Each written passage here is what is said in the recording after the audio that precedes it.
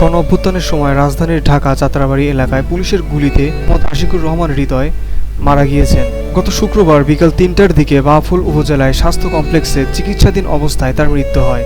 নিহত হৃদয় উপজেলার পশ্চিম জৌতা গ্রামের রিকশা চালক আনসার হাওলাদারের ছেলে। হৃদয়ের পরিবার জানায়, হৃদয় ঢাকায় শ্রমিকের কাজ করতেন। জুলাই আন্দোলনে ঢাকায় আন্দোলনে অংশ নেন তিনি।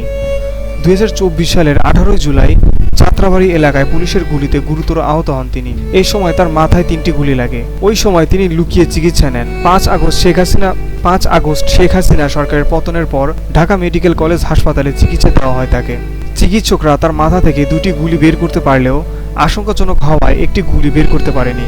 এতে পুরোপুরি সুস্থ হতে পারেনি হৃদয়। তার পরিবার আরও জানায়, বিভিন্ন সময় অস্থির হয়ে পড়তেন তিনি।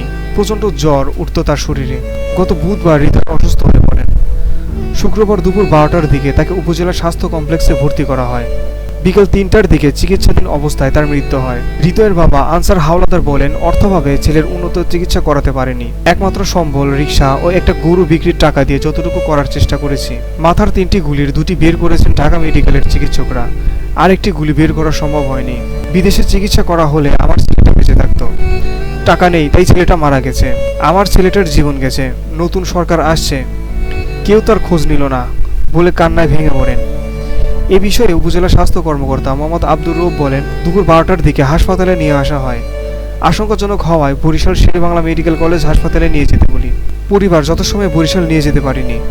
এখানেই বিকাল ৩টার দিকে তার মৃত্যু হয়। Beauty Bangla news desk.